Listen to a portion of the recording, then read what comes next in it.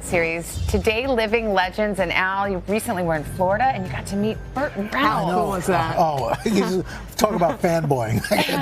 His rise to prominence began on TV with Burt's breakout movie role coming in the 1972 classic Deliverance. Over the course of his 60-year career, the now 81-year-old has picked up 2 Golden Globes, an Emmy, and an Oscar nomination.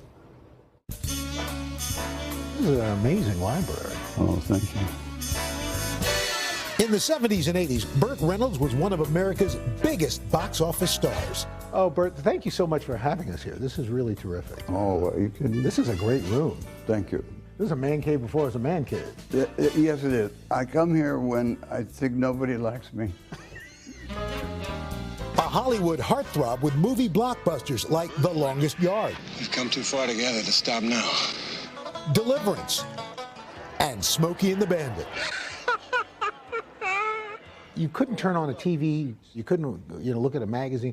Burt Reynolds was there. It seems like it's exciting, but it also would seem like it was somewhat confining too at the time. And it was confusing and it was scary. Fortunately, I was smart enough to have Dinah Shore around me during those years. I never trusted a woman before or since as much as I trusted her. Why? Because she was right about enjoying it while it's here.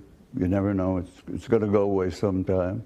Be prepared for that, and just the good people treasure and keep. Cut. But it was Reynolds' role in the 1997 film Boogie Nights, Jack Horner, filmmaker, that earned him an Oscar nomination and a Golden Globe win, rounding out a career that started with a college football injury and continued on with more than 8 dozen films, theater, and television appearances. You've been in over 100 movies. Yeah. Is it possible to have a favorite?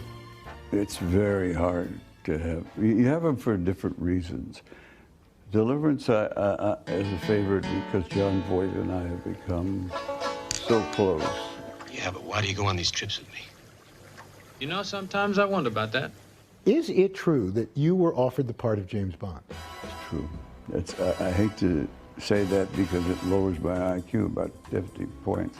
Why did you turn down the chance to play James Bond? I thought this was the logic. I thought no American could possibly play James Bond. But I didn't, and I'm still working. Yeah. Which brings me to, as you look back, do you have any regrets?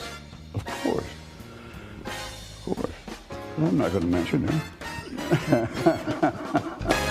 Always the gentleman. The great thing about him, he's so generous, and he's such a gentleman.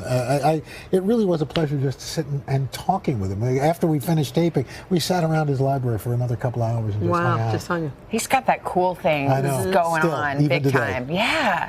Thank you so much. That's awesome. We're back in a moment. This is Today on NBC.